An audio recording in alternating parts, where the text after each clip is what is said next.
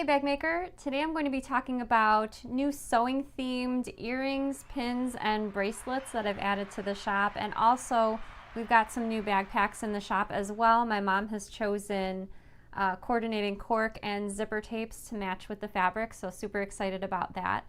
The book review for this week will be for a book called Making It Yours with Mimi G. Tonight's Bag Lab, I will show you how to use flying geese for your bag, and there's a great giveaway at the end. I'm Sarah Lawson from Sew Sweetness. Thanks so much for joining me for Sewcial Sunday, my weekly sewing chat.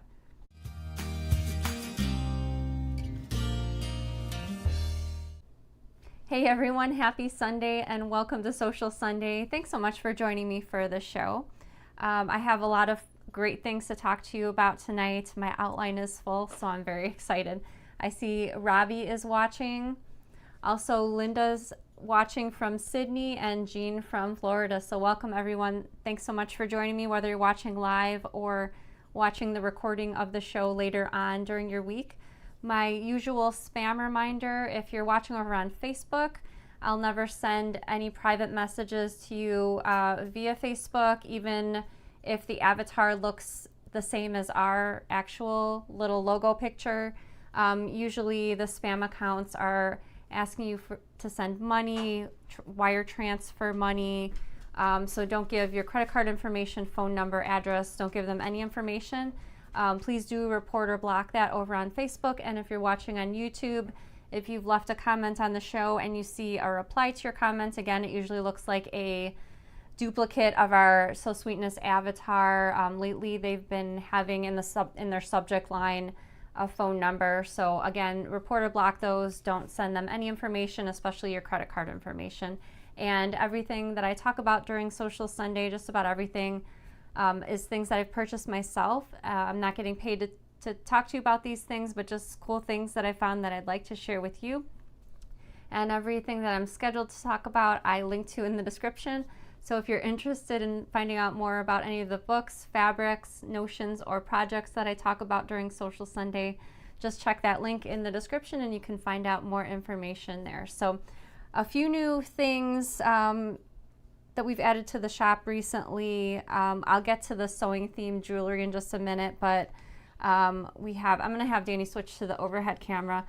We have, if you're a fan of Odie Coat to waterproof your fabrics, we have brand new Odie Coat in smaller packets, but kind of like a squeeze bottle. I've been using this lately. I've been wanting to, for a couple years now, do sort of a new updated tutorial on using Odie Coat, so that will be coming up in a future Sewcial Sunday show. I'm just experimenting with different numbers of layers, fabric, different weights of fabric attached to interfacing, and so that'll be on a future show, but we do have this in stock right now. And the makers of Odie Coat also have in the same packaging iron cleaner, permanent adhesive, and removable adhesive. I'll be demonstrating those on future shows as well, but we do have them in stock right now on the website. And then the sewing themed jewelry. So you may have seen a few of these in the most recent newsletter. Here's the charm bracelet with all these fun little sewing themed charms. This is super fun, great for gift giving for the holidays. Earrings, these are snip earrings from Ruby Star Society. So this is what they look like on the back. And then I couldn't remember if I showed these Halloween themed zipper charms yet on the show, but if in case I didn't, here they are. My favorite is the skeleton because he's got the little jointed arms and legs, and these come with lobster clasps that you can just clip onto an already existing zipper, so you can have a fully finished bag and then just clip these on at the end. And then some new pins in stock. So I thought these were really fun sayings. This one says, "So much fabric, so little time," and the sewing scissors say, this one's upside down, but it says blood, sweat, and shears. Another one, this is another pin set. This one says Modern Girl.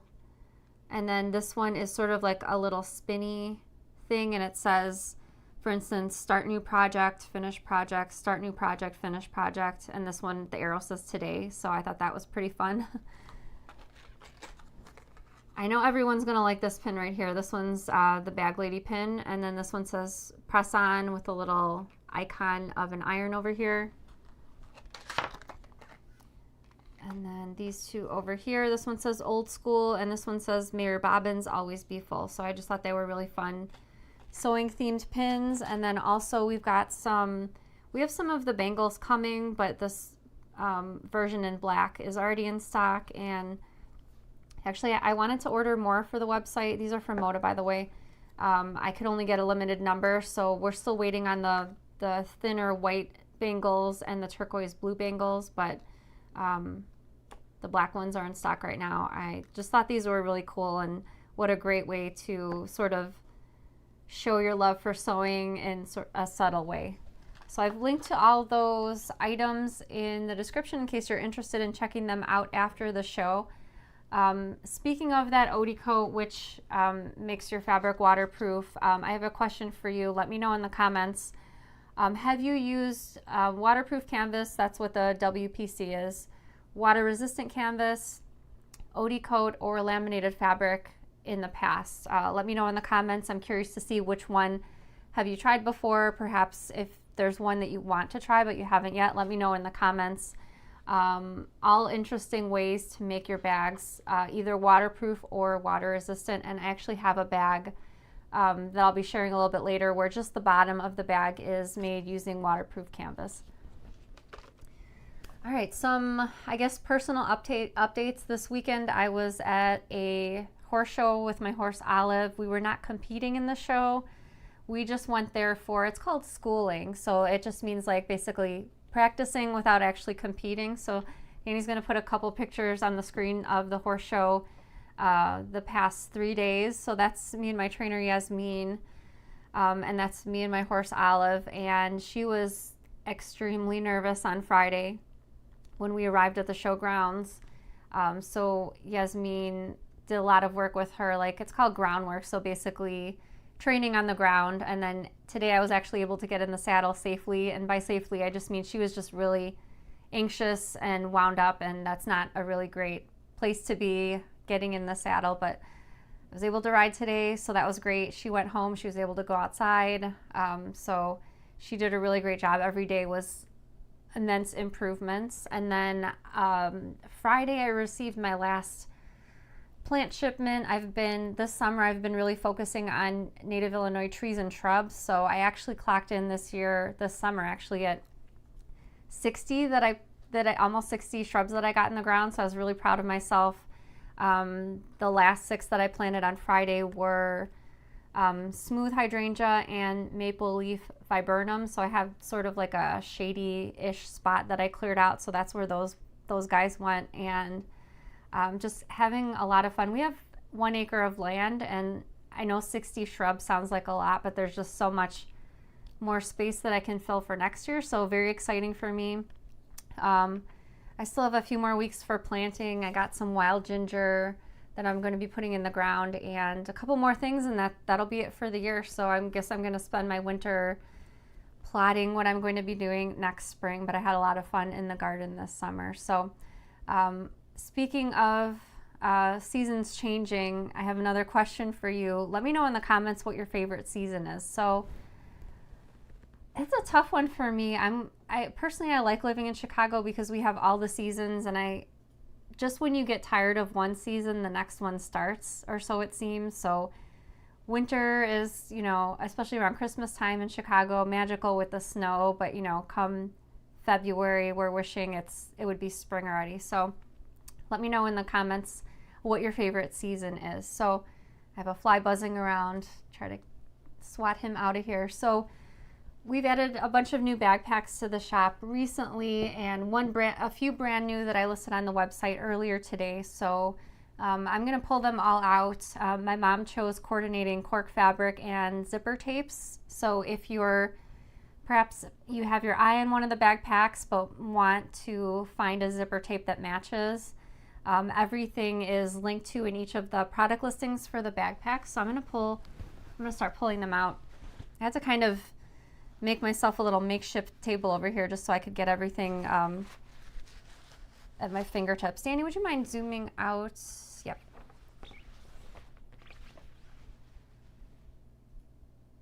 Yeah, that's good. Thank you. Okay, so this is one of them. This is actually, this designer, Momo, is actually one of the very first quilts that I ever made. I just really love her artwork, and so for this backpack I paired this print with another sort of polka dot-ish print from the same fabric line. And then these are the corks that my mom chose to go with. And then zipper tapes, we seem to have a lot of zipper tapes that could match. So we've got all of these, like I mentioned, linked to in the shop. And then I also have that same print in sort of like a greenish colorway.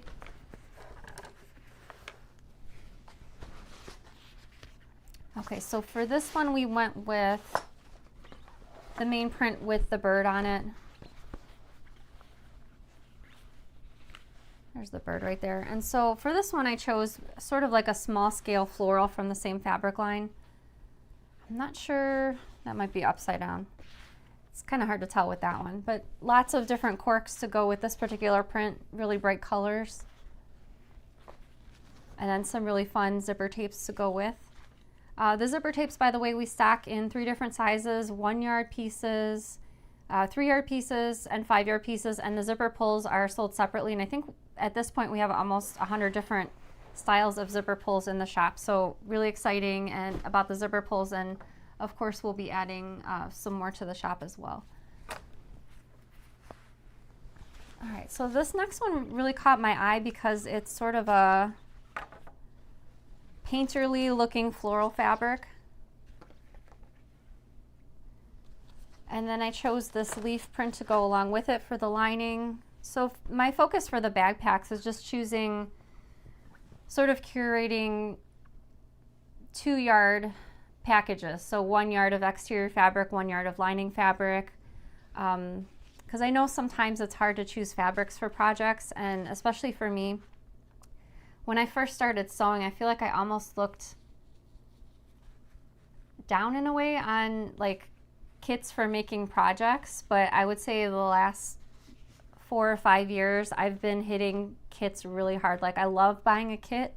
I love making it the project just as chosen as far as the fabrics go, and I feel like for me at least it's a little comforting because then there's no surprises. I know everything will look great when the project's finished. All right, I'm a big fan of text prints, so that's why I chose these 2 fabrics for the next backpack.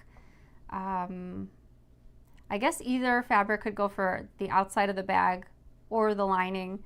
Personally, I kind of envision this one for the exterior and this one for the lining, but again, either works. And we do have, besides, you know, black cork, we do have some colors that go well, and also some zipper tapes.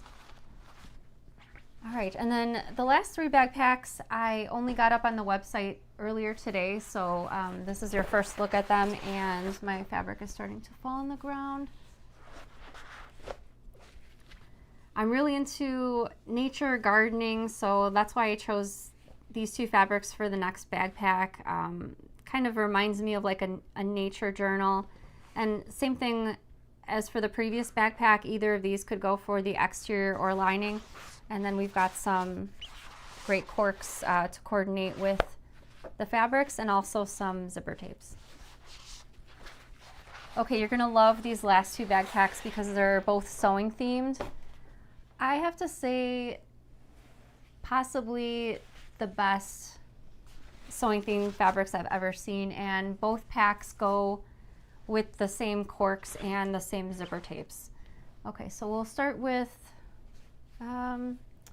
we'll actually start with this one first. So this one is my favorite. I adore this print. It's just really whimsical. It's got all the sewing themed things on there, the sewing machine, our little fabric markers, seam ripper, snips, rotary cutter, some flosses, iron, spool of thread, everything's here, glasses.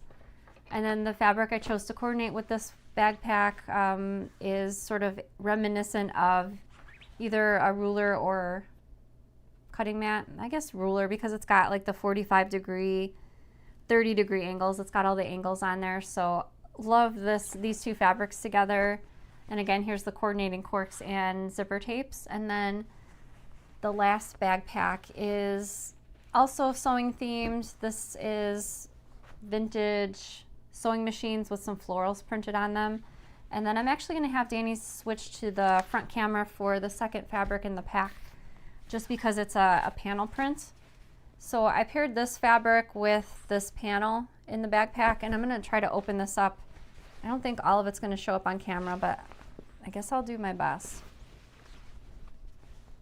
Oh, and it's upside down. So there's different like squares and sizes of rectangles in the panel. I'll try to hold up in sections so you could get an idea.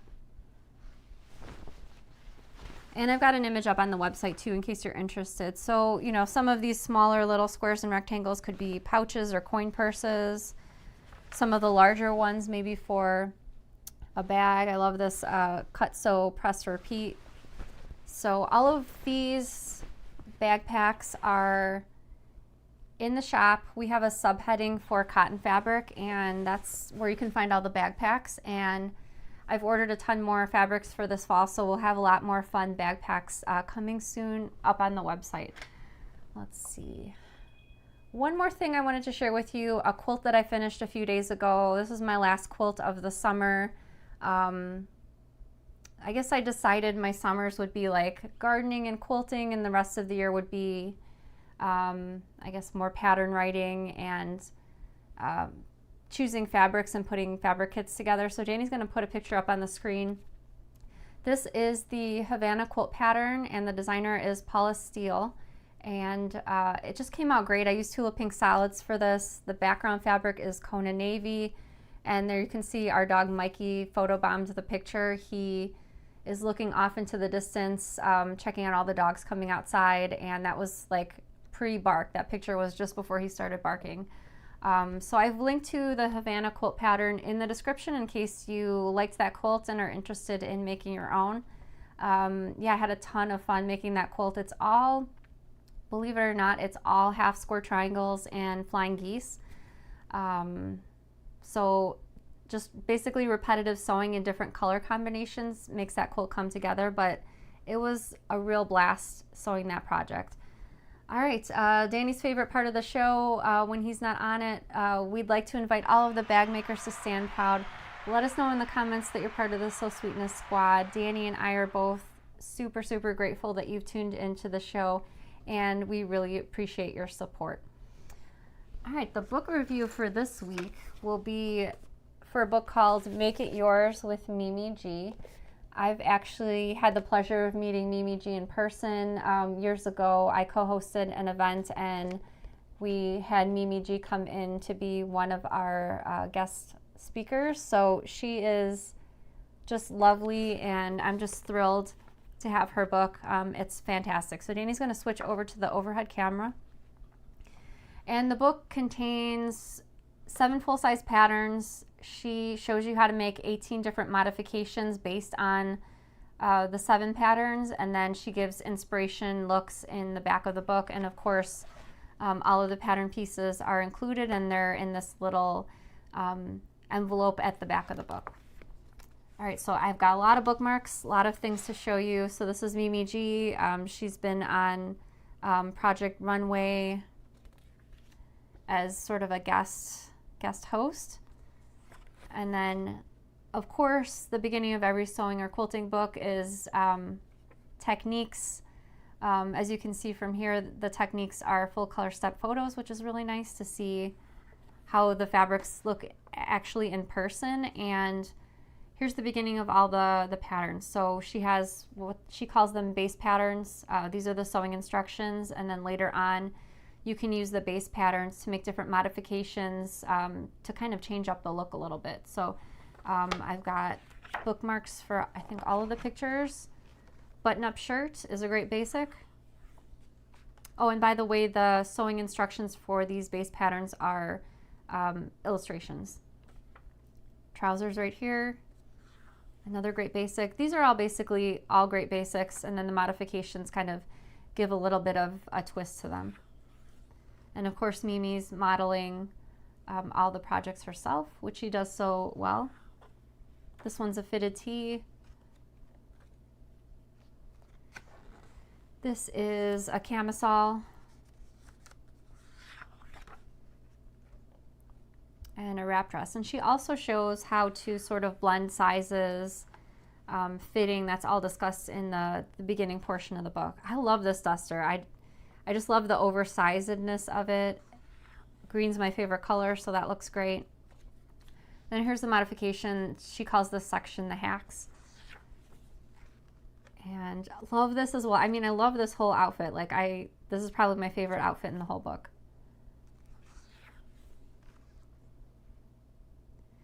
This modification's for the button-up shirt. It's got a ruffle at the bottom. Love this, also oversized again, looks great. These pants right here. And another pair of pants. I don't know, the print really speaks to me on those pants too, but I like the style as well. As you can see, there's tons of different projects in the book.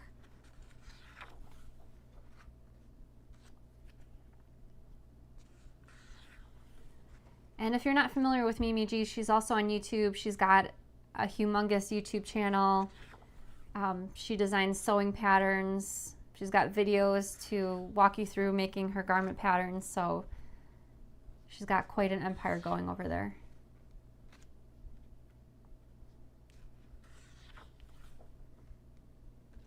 Yeah, there's just really, I mean, so much to choose from in the book. Another green, love this one too.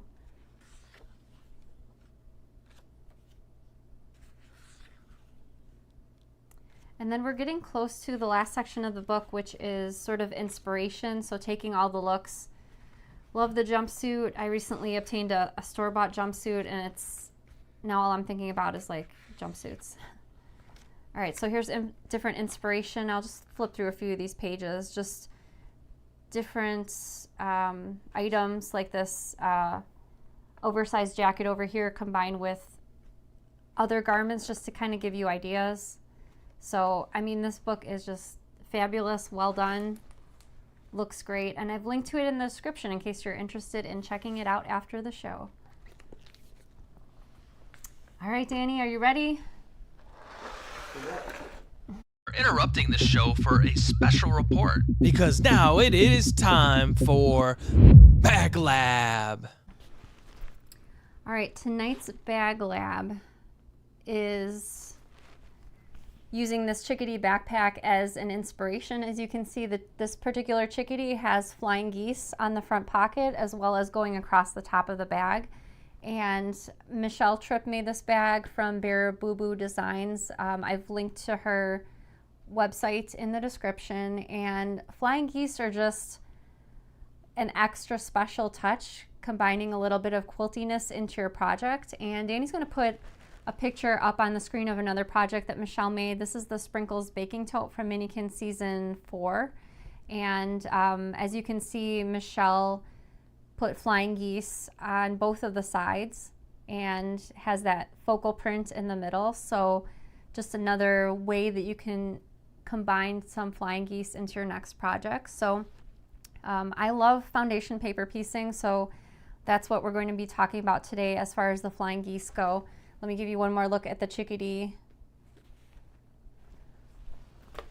And then Danny's going to switch to the overhead camera and we'll talk about some flying geese. So I put together a PDF document with 3 different sizes of flying geese. And of course, if you needed smaller or larger than what I have represented here, you could always print them at a different percentage on your printer.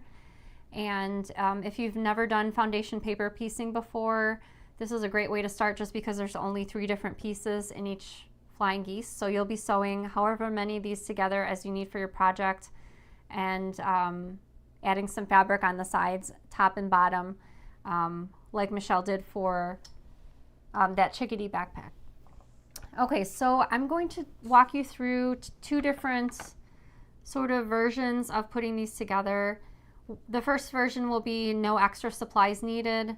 And I'll be making the geese a second time with some sort of extra tools that will make the job a little bit easier, like a light pad, the add a 1/4 inch ruler and a seam roller. So the first time I'm going to make it just basics, what everyone should have in their home, and I'm going to demonstrate the biggest geese on the page.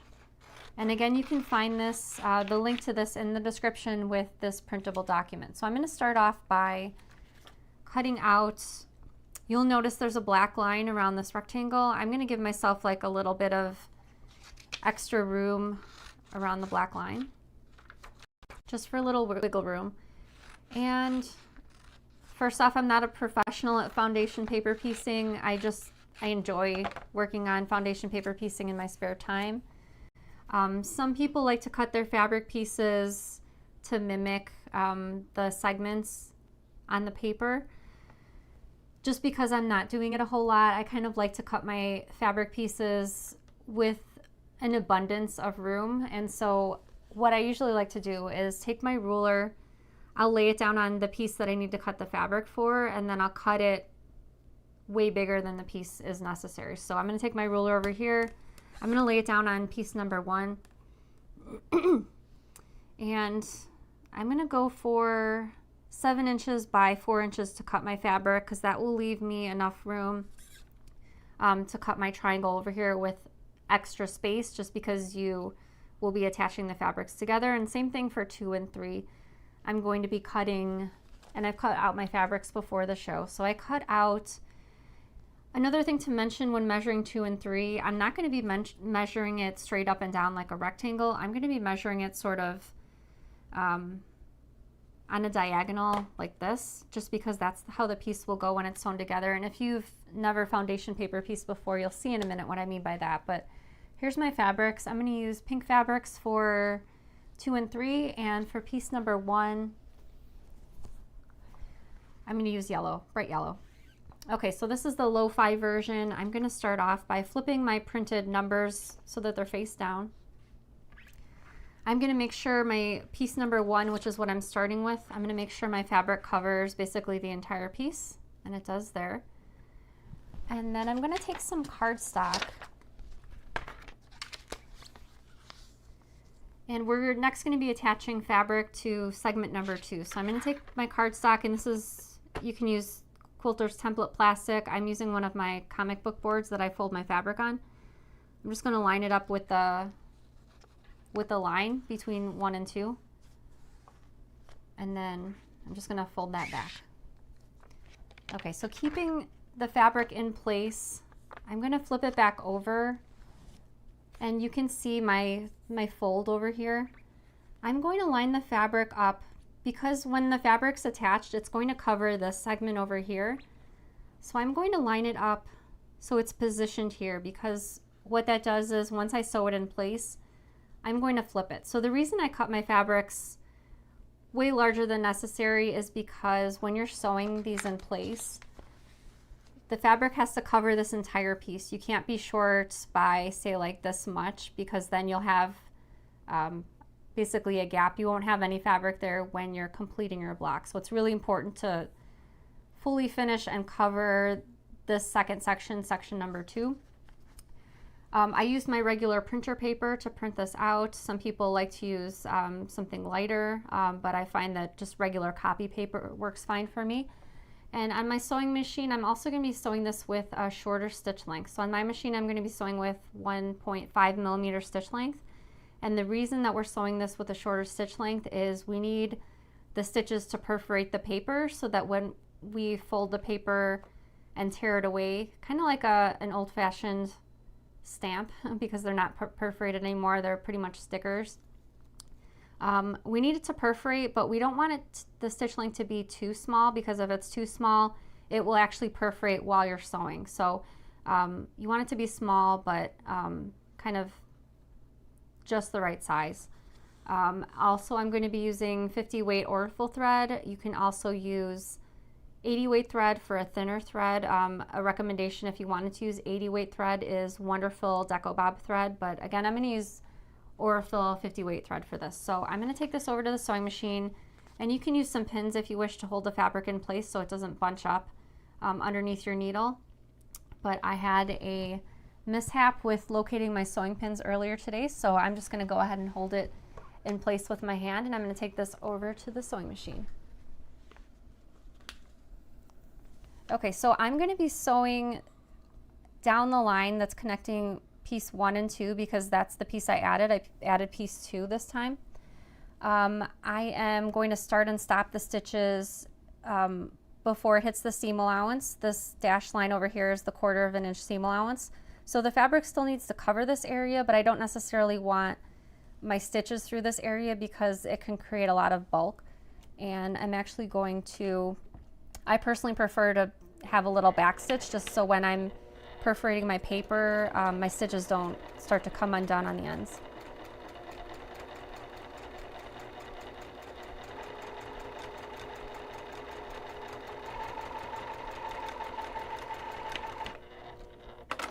Okay, so I've got my second piece attached. I'm going to go back over to my cutting mat, and since this is the lo-fi version, I'm just going to use my scissors to eyeball. I'm going to move the paper out of the way, and I'm going to use my scissors just to eyeball a 1/4 of an inch, and I'm just going to trim that.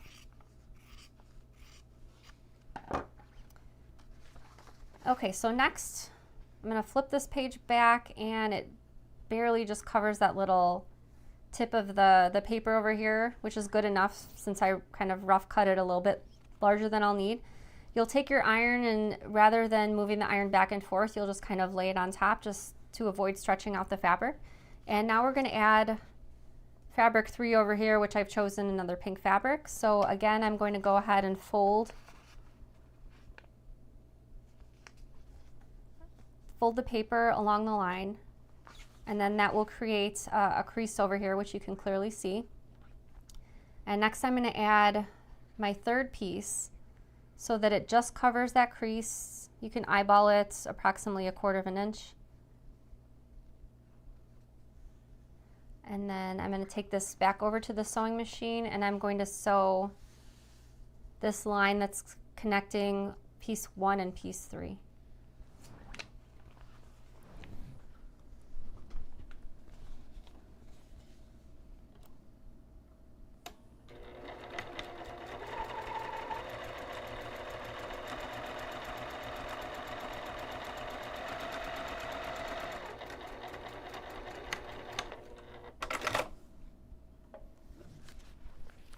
Okay, and I should mention I was really careful not to cross my first line of stitching. Again, that's just to avoid some extra bulk. And same as before, I'm going to move the paper just out of the way, and then I'm going to cut these 2 fabrics, the seam that I just sewed, approximately a 1/4 of an inch. And as you can see, this method does waste a little bit of fabric, but I just like the peace of mind of having a little bit extra so that I know that I'm covered. Okay, so now I'm going to you'll take your iron, just kind of set it down like that, and then this block is done. So what's left for this block is to trim it. So I'm going to take my ruler and my rotary cutter, and we're going to be trimming, we're not trimming the dash line, we're trimming the outer solid line over here because this area is the seam allowance, which we need to keep. So I'm just going to take my ruler, line it up with the line, and cut all 4 edges, and that'll finish one of the geese. And depending on your project, how many pieces you'll need, you might need to assemble several pieces of the geese.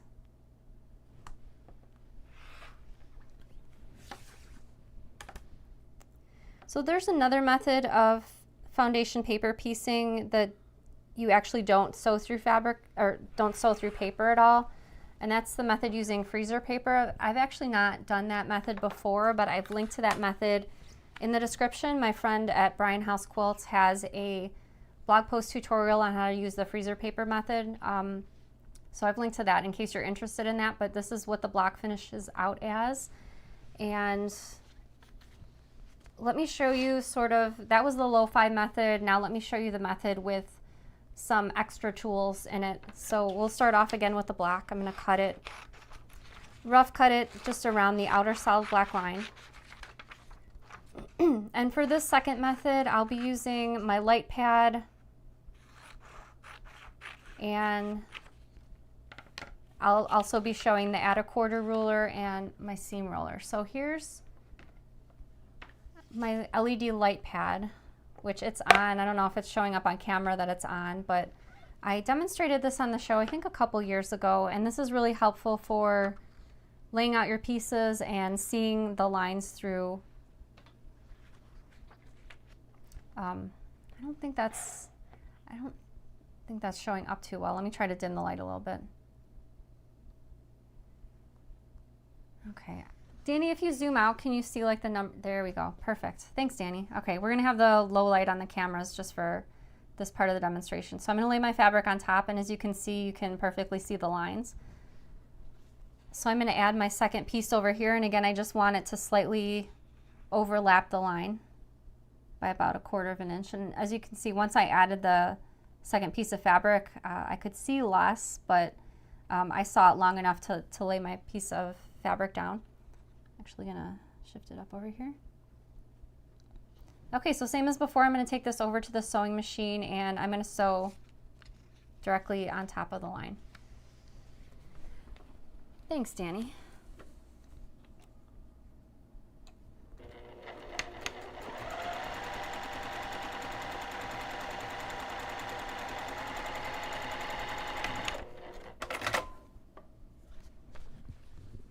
Okay, so I'm going to move that light pad out of the way just because I think you get the idea. It's super helpful with foundation paper piecing. And get that turned off. Okay, so the other tool that I wanted to mention is the add 1/4 ruler. These come in different sizes, and I just happen to have the 12-inch long size, and it basically has a, I don't know if this is going to show up on camera. Probably not. There's sort of like a little ledge over here. There we go. I think you can see it now. There's like a ledge over here, and this kind of, perfect, thanks Danny. This kind of hooks over the edge of the fabric and allows you to get a 1/4 inch cut, which is helpful for lining up the fabric. So I'm going to go ahead and use my comic book board, and here's the piece, the two pieces that I just added, number 1 and 2. I'm going to go ahead and fold my paper back along that comic book board, and then I'm going to go ahead and that ruler just kind of, the ledge kind of fits right over there. So I'm going to go ahead and trim this back. And now this is exactly 1/4 of an inch.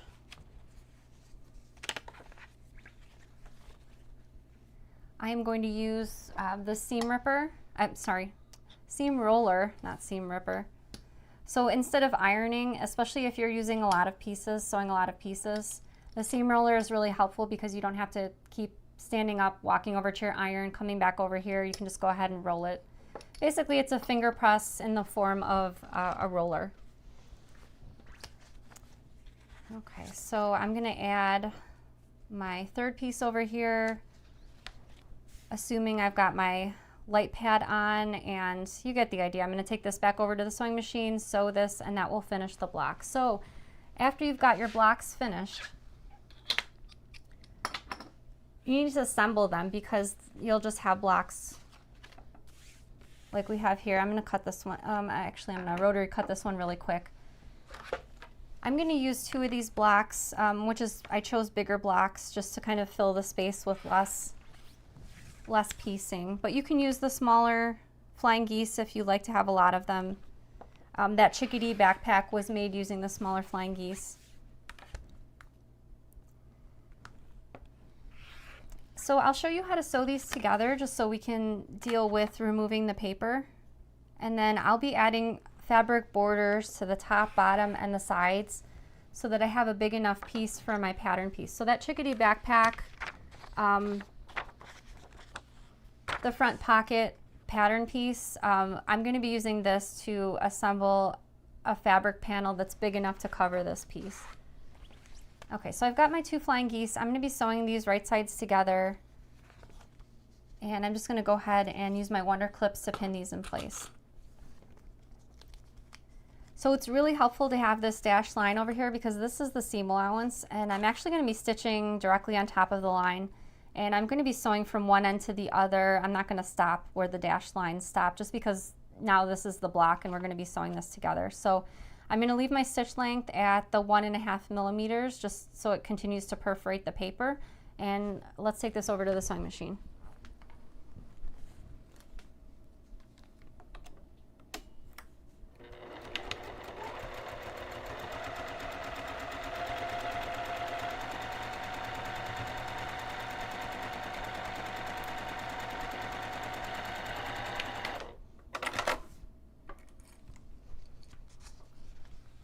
Okay, so it's now time to remove the paper. So I'm actually going to take my seam roller and just press this seam open.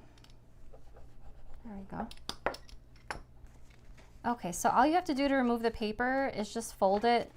Because we use that smaller stitch length, it'll just perforate and you can pull it free. And like I mentioned, I'm not a paper piecing expert. I just like to work on it in my spare time.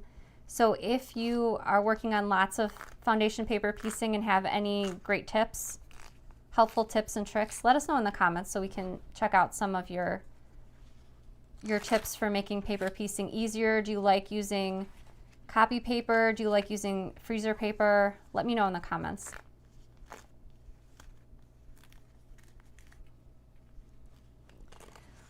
I also have fusible printable paper in the shop. It's been some time since I've demonstrated it, but basically it takes out the process of removing this paper away. Because the papers are water soluble, basically you leave these printed papers in your quilt until you wash it, and then they dissolve when you wash the quilt. Okay, so there's all the papers removed. Now because I need to fill this paper pattern piece, which is, this obviously is too small. So I'm going to add some fabric to the top and bottom of my flying geese piece. I'm just going to sew both of these right sides together using a 1/4 inch seam allowance. Actually, Danny, could you zoom out for just a second? And then I'm also going to add fabric to both of the side edges, again using a 1/4 inch seam allowance. So I guess I'll do that right now. So I'll go ahead and flip this. Use my pins, and then I'll add a little fabric strip. Again, I cut my fabric strips way bigger than I needed just because I wanted the freedom sort of to lay out my geese, kind of move them maybe to the right side or to the left side. Okay, so I'm going to sew both of these in place using a 1/4 inch seam allowance, and then I'm going to trim these fabrics even with my geese.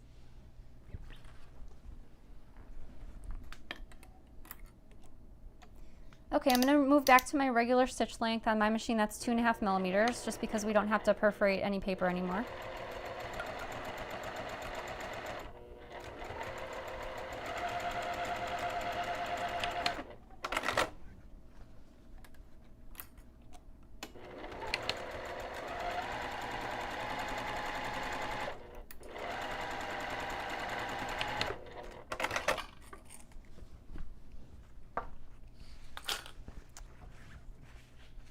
Okay, so here's my unit so far. I'm actually going to take my rotary cutter and trim the fabric so that it's even with the geese.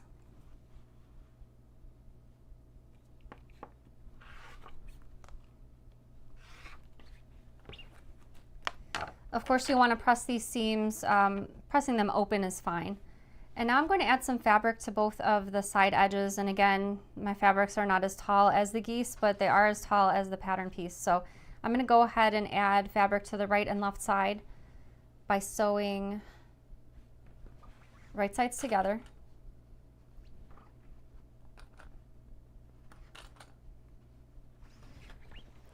Same thing on this side. And again, this is going to be a 1/4 inch seam allowance.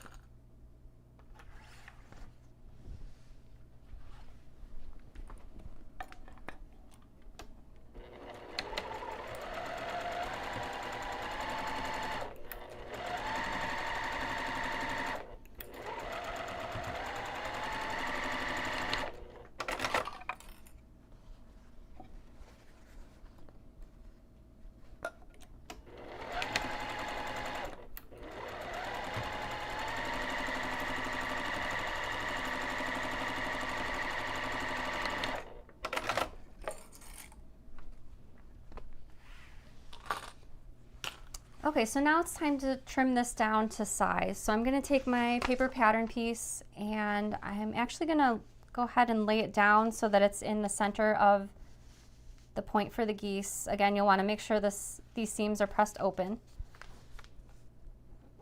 I'm gonna take my friction pen and I'm just gonna go ahead and draw around the pattern piece. And when I'm working with a pattern piece, normally I'm folding the fabric in half and aligning this piece on the fold, but for this particular piece, just because I wanted to get everything centered, I'm just gonna go ahead and draw a little vertical line on top and bottom just so I can get it centered. And then I'm gonna go ahead and flip it and draw the other half.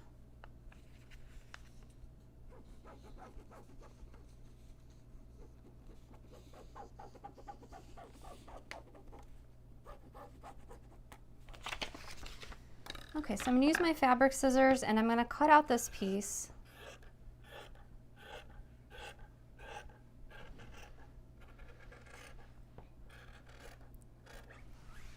And again, I only used 2 geese for this demonstration, but obviously if you had the smaller geese, you could have, Michelle's backpack had 6 geese on the front. So it just depends on how big your geese are and what kind of an area that you need to fill.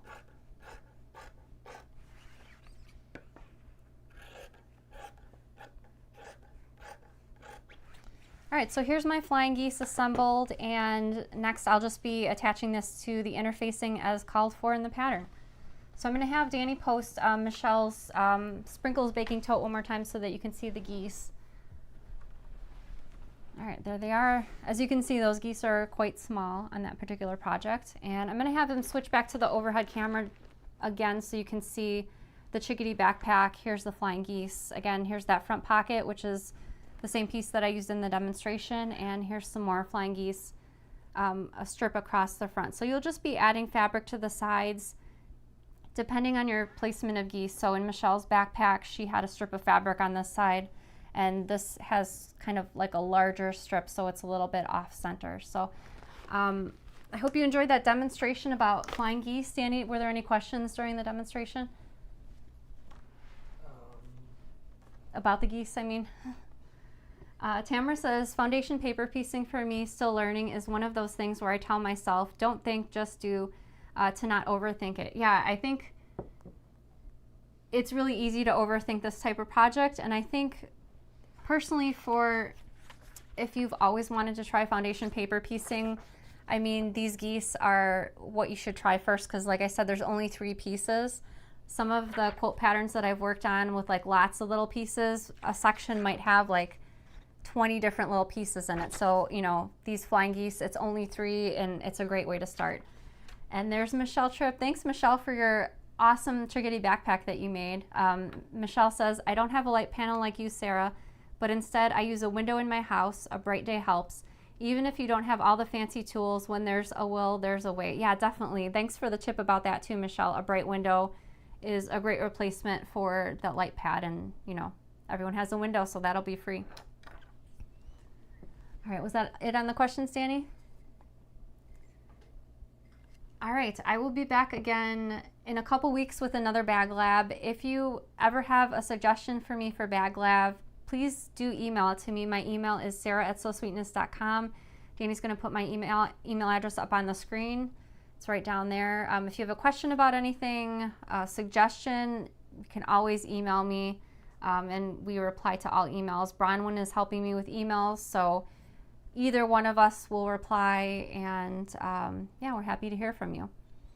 All right, I'm gonna be answering some questions live in just a minute, so if you have a question for me, you haven't been, can we do like a couple questions? Sure. Okay.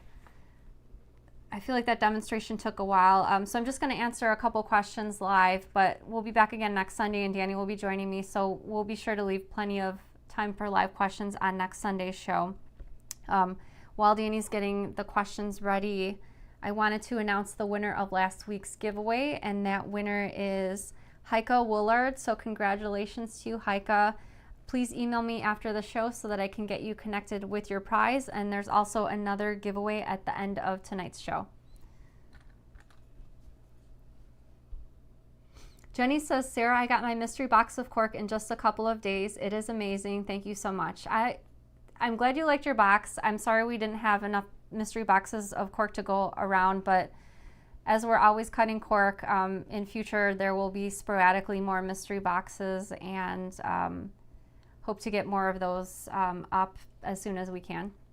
Kathy says, don't forget to hit the like. Thanks so much, Kathy. We do really appreciate your likes, shares, even just comments. All of that stuff helps us out a lot. Jennifer says, I have been attaching patches on Letterman jackets. Has anyone used sew-tight magnets to keep them in place? Needles are tough.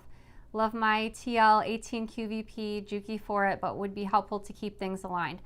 Let us know in the comments if you have experience with this. I don't have experience with patches on jackets, but I do have several of the Sew-Tights, which we also carry in our shop. The Sew-Tights HD are my favorite because they go through several layers of fabric, cork, and foam interfacing. So just thinking through how those work, the Sew-Tights would be great. The only thing I should mention about that with the sewing machine is you'll kind of just need to maneuver them so they're not sticking to the metal sewing machine plate as you're trying to sew, but it's not super difficult, just keeping the magnets in mind as you're sewing. Tabitha says, how is the fabric destashing coming along? Very excited and looking forward to buying a set. We haven't, I haven't gone through the stash yet to pull what's going to be destashed. I know that's going to be hard for me, but it has to be done. I'm thinking next weekend, just because I was at the horse show this past weekend. I think maybe next weekend I'll try to set some time aside to go through, set up all the fabric destash bundles, because I think if you recall from my chat last week, I was thinking about doing like 3-yard packs, so like 3 different prints in each pack of destash. And I feel like the fabrics are pretty good. At least, you know, everyone has different tastes, but like these were all fabrics that I liked. Otherwise I wouldn't have purchased them. I just feel like I just have too much. I can only make so many bags a year just because I'm only sewing bags when I'm writing sewing patterns or videos. So, you know, that's really not a lot of bags being made around here, but I'll try to get to that hopefully next weekend. I'll let you know on social media and on the live show though when I've got those in the shop. Alex says, love foundation paper piecing. Sarah actually inspired my love for it. Well, that's amazing. I'm kind of flattered to hear that. I only work on those projects once in a while. I feel like the summer sampler, which is for a few years it was like a summer quilt series. A lot of those blocks were foundation paper piece stars. I feel like my favorite is foundation paper piece stars. I just love geometric shapes, stars, and it lends itself perfectly to foundation paper piecing, I feel like. Kimberly says, you mentioned that your Havana quilt was mostly half square triangles and flying geese. Did you use the foundation paper piecing to make all the geese? That's a great question, Kimberly. I'm glad you asked. The Havana quilt pattern, I followed the instructions to the T. What I loved about that pattern is all of the half square triangles and the flying geese were made. So the half square triangles were made using the 8 at a time method. So that means you just cut it up and it makes 8. And if my memory serves me correctly, the flying geese were made using the 4 at a time method. So that just means you sew some stuff. Sew 2 fabrics right sides together and cut it up. And then you have 4 flying geese. I will say for that particular quilt pattern, just because there was a massive amount of flying geese that had to be trimmed, I did invest in the Black Lock flying geese ruler to trim. I purchased just the size I needed to trim those geese. I'll have Danny switch to the overhead camera just so I can show you. I'm glad I happen to have it on the cutting table still. So I don't have a geese to show you to trim it because I trimmed all of them, but there's sort of a channel over here. So when it comes time to trimming the geese, I think I used this on the demonstration when I was demonstrating the magnetic cutting mat. But anyway, you just kind of set the template on the block.